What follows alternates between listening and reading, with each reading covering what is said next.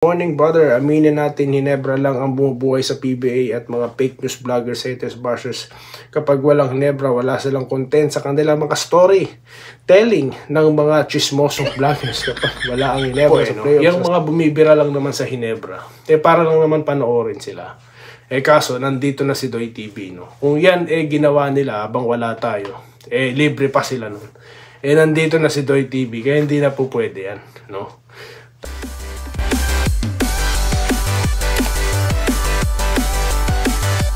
Yun, so welcome back dito sa Dan Rica, Doy TV Sports, no? Well, ang ating pag-uusapan, no? Ito na po ang ating prediction, okay? Sa Bakbakang Barangay Hinebra at ito pong Meralco Bolts, okay?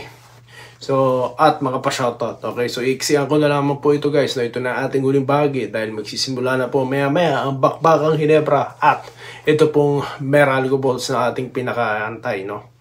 Okay, so bago po yan, kung di pa po kayo subscriber ng channel na ito, 12,000 subscribers na po tayo, guys. Maraming salamat po sa mga nag-subscribe. Okay, sa mga hindi pa po subscriber ng channel na ito at galit kayo sa fake news, mag-subscribe na po kayo, guys. Okay, so dito na po tayo sa ating gustong pag-usapan, no? Ating prediction sa Barangay Hinebra. Okay, bakit ko sinasabing prediction dito, no?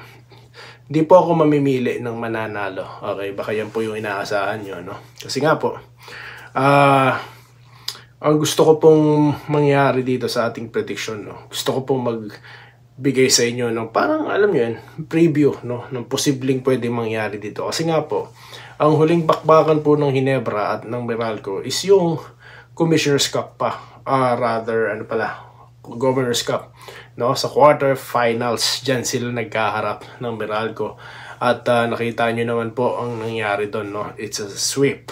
At of course, ngayon, ang Meralco, ibang import na ang ihaharap nila dito against Barangay. Kung matatandaan nyo, di ba nga nagkaroon ng rivalry yan, dalawa na yan, di po ba? Tapos hanggat sa tinalo na sila ng Meralco, nag-champion ng Meralco, All Filipino Cup. At ito naman po ngayon, itong naglaban naman sila ng Governor's Cup. Yun nga po nangyari, no? Tinalo sila ng Hinebra at ito po ang una nilang paghaharap dito sa Commissioner's Cup, no? Kaya nga po, kapanapanabigyan dahil total rest back siguradong gagawin ng Meralco, no? Kasi nga po, sa nakaraan nilang laban, kung mapapansin nyo, or sa buong, Commissioner's Cup, pang ilan sila ngayon? Sila po ang nauuna, di po ba? Sa Hinebra. Pag nanalo po Hinebra, definitely mauungusan po sila dito, no? So yan po ang rito, ang ilan sa mga nakasalalay dito sa laban na ito, no? But of course, parehas na po pasok sa playoffs yung mga yan, okay? So ngayon, yun nga po yung Mitchell na nagtala po ng double-double against San Miguel, no? 26 points. Tapos si Newsam 20 at Banjero may 19 points. Okay. So ito pong Meralco, pagdating naman po sa ilalim, no. Of course, nakabalik na nga si Bates, no. Meron silang 6'8 center at Almasan, no. Almasan is 6'6 or 6'7. Sa kabilang dako naman, of course, may 6'9 Japet Aguilar, 6'7 Troy Rosario, no. At ang nagbabalik na Jamie Malonzo, no. Which is wala pa po si Jamie noon, nung nakalaban nila nung Hinebra the last time. Pero ngayon, nandyan na si Jamie, di po ba? So yan po yung mga pagbabago sa labanan na yan. Ngayon, ang mangyayari po, no, sa ayon sa ating sa ating prediction dito, sigurado po ako na both teams, no, magsiset po ng kanilang up-tempo game, di ba? Sa checklist po na nauna ko nang inilabas dito, sinabi ko doon, no, na kung sino talaga ang makagawa po ng or makapag-control ng laro, siya po, no, ang mananalo dito. Of course, yung makaka-rebounds, that's number 1. Number 2, yung up-tempo game, no. Syempre, kapag sila naka-rebound, automatic, takratyada na yan, takbawan na yan. At of course, kung magawa nila yan in a consistent basis, no? Yung checklist na sinabi ko, kung sino po makagawa niyan, siya ang mananalo, no? Yan po ang ating prediction dyan. Okay? So, yun po muna ang ating prediction ngayon at magsisimula na po ang laban. Bago po yan, magpapa-shoutout muna ako guys.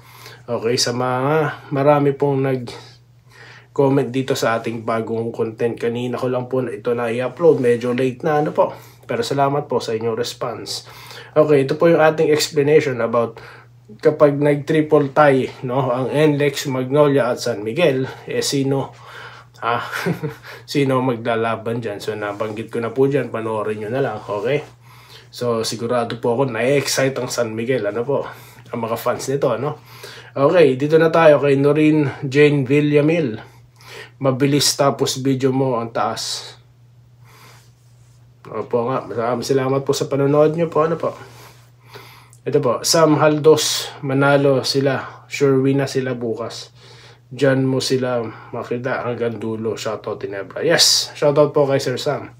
Dito po tayo kay Bollywood 8. Kapag di makalaban ng Ginebra, Northport sa playoffs o semis. Ano to? Pag di nakalaban ng Ginebra, Northport sa playoffs o semis, baka Northport sa finals. Pero wala pa naman. After po ng game nila against Meralco, discuss po natin yan. Meron na gagawa na naman po ang listahan katulad nito. Mga senaryo po, Nung nakaraan pong laban po ng Gilas, last year, may mga ganyan na po ang ginagawa, Actually, 2023 ata yun, yung nagilista-lista tayo, Tapos dito tayo kay Sir Lope Bucalo, sana manalo ang Ginebra, good luck, Gin Kings, yes. Dito po tayo kay Gerald Castillo. Ay, nako, parang ngayon lang ulit kayo nakabalik, sir, Sir Gerald Castillo, isa sa mga regulars po natin, po. Good morning, Lords. Kung playoff mindset ang Jeans, ako iniisip ko na sino mga kalaban nila sa finals. Discuss po natin yan, sir, Sabi ko sa inyo dito sa pa-shoutout, dito ako nagkaka-idea ng susunod na content. Dito ako kumukuha ng content, Okay. Pel Maraceno, good morning brother. Aminin natin, Ginebra lang ang bumubuhay sa PBA at mga fake news vloggers, haters, bashers. Kapag walang Ginebra, wala silang content sa kanilang mga story telling ng mga chismosong vloggers. Kapag wala ang Ginebra sa playoffs, sasabihin ng mga vloggers, ang daming players, malalakas pero natalo. Wala sa top spot, kesyo kakampi ng referee at nag-harvest sa mga farm team. Ang NSD natin, pinaghihirapan nila bago makapasok sa playoffs, kaya minamahal ng supporters kasi excitement bawat laro nila. Kaya ako, manalo at manalo, hinaparin ako. Make sense po, sir, make sense po yan. Kasi nga po, yun nga po yung mga bumibira lang naman sa Ginebra, para lang naman panoorin sila. Kaso, nandito na si Doy TV, Kung yan ginawa nila habang wala tayo, libre pa sila nun. Nandito na si Doy TV, kaya hindi na po pwede yan, Talk and text na daw si Sistan, Ewan ko kung ito yung bowlers na isa, Pero siyam na hours, meron lang siyang 100. Siguro, hindi na siya makaporma ngayon dahil nga nanonood na rito ang maraming basketball fans. Nawawarningan ko na sila. Yung mga ganyang klase, ng thumbnail, hindi na dapat paniwalaan yan, Bago nyo panoorin, mag-google muna kayo. Kasi, alam nyo, makakapag-contribute kayo sa mga ganitong klase ng mga walang kwentang content. Mga yan, Salamat po, sir.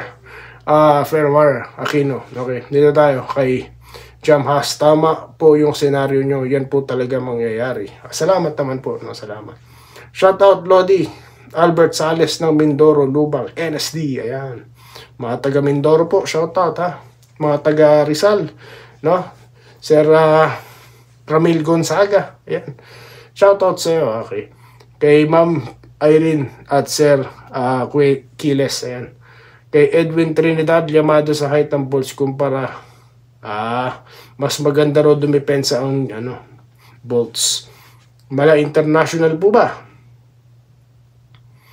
Okay, may larong mayaman. Sino po ba yung larong mayaman?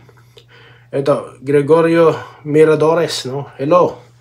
Boss, good morning, sir. Pa-shoutout naman po from Cebu, Barangay Careta, kay Sir Gregorio Miradores. Ayan, shoutout kayo sa inyo, sir. Dito tayo kay Martina Kayabyab, Win or lose, Ginebra pa din po si ma'am. Kay Sir Lawrence Cureg, ayan, sa mga regulars natin, Shoutout po kay Sir Lawrence Correct. No, magandang hapon po, sir. Ito po, siyempre, rumble silang tatlo, sabi ni Mario Tumlos. Yung pong tatlong team na nabanggit kanina. Ito po, bukas, January 29, sana manalo Ginebra. Ginebra sana playoff. Ginebra versus Meralco or Converger versus... Ayan, pag-usapan natin yan, ma'am. Okay? Pag-usapan natin yan. Yung mga senaryo na yan, okay?